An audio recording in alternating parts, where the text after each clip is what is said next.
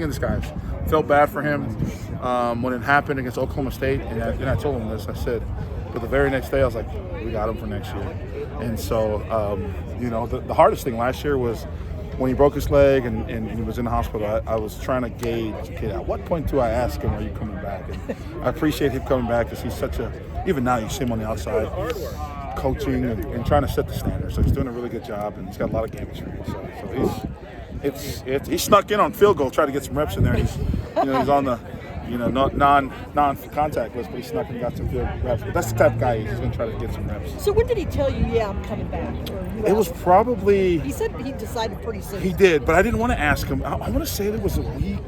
I know he was in his, I don't know if it was after his surgery, but when he brought it up, and I was like, okay, I'm going to go full bore. And he said he was coming back, and it just changes your thought process and your plan for the next season. Right, because you've got to decide, do you need to recruit more at that position? No or what? When you have a tackle like that that's played, it's 2-year start, 2 years plus start. It's just nice having him. He knows the system. He knows my style.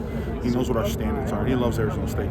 So you get that young man all in one, and he's fixing to play on Sundays too. So just help him prepare for that too. I was going to ask you that. Yeah, I mean he's got that potential. He's long. He can bend, and he's got quick feet. He's got a high football IQ, and he's just got to put the film together. But he's got the absolute potential to continue playing. Well, it seems like he made that transition from tight end to offensive lineman rather easily. Oh, it's hilarious. We showed the guys his highlight film from high school, and it was six-man football.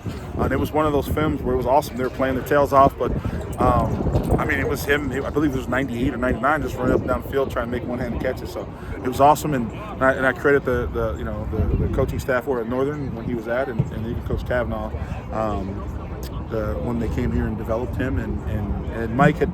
Coach Kavanaugh are close, and Mike had told me about Emmett as far as his potential and stuff. Oh, good. No, it seems like he's, and he's a good leader. It seems like he's a guy that he's been here a couple years. Yeah, great family, great parents. His girlfriend is awesome, so he's more mature. And then he loves it. He cares, and that's the thing. And you get a young man like that who cares about ball and cares about his teammate and wants to be elite. You got a good mix. Thank you, kind sir. I appreciate it. All right, Coach. So, how are you feeling from an offensive line standpoint 3 days in and first week in the books already so quickly? Yeah, it's always a progression. You got to tell myself that it's a progress. If they're not improving, they're not getting better.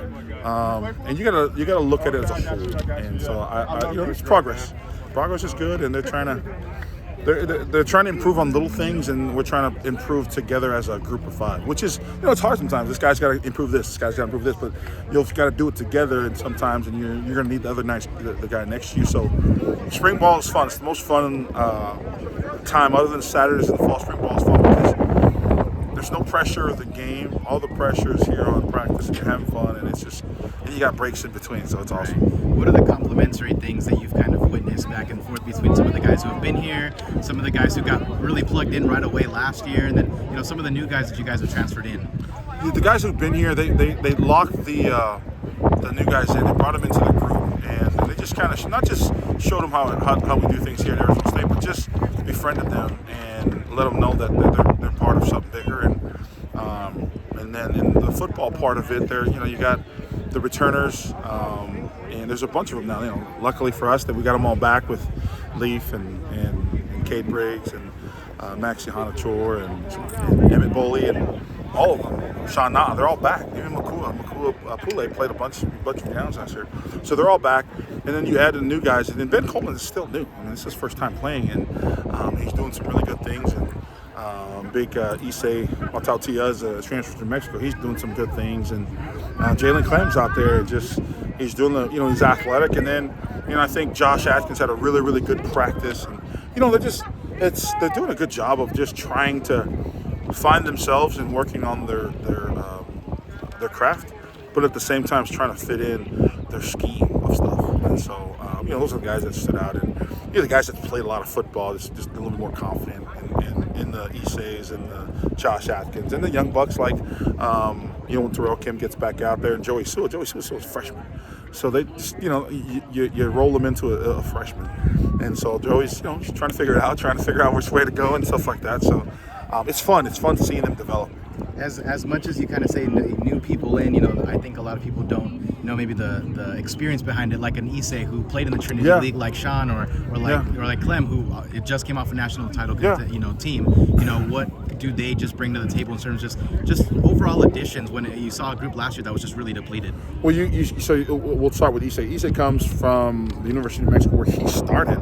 You know, I want to say 19 plus games in his career. So that's 19 games that he started at Division I level. Josh Atkins was a 12-game starter at Hawaii. He started from there. There's something to drills, but there's playing ball 11 on 11 at a high level. And then Jalen came from an institution that you know, he and his previous O-line coach over at Washington, he and I are close. So we're kind of under the same tree.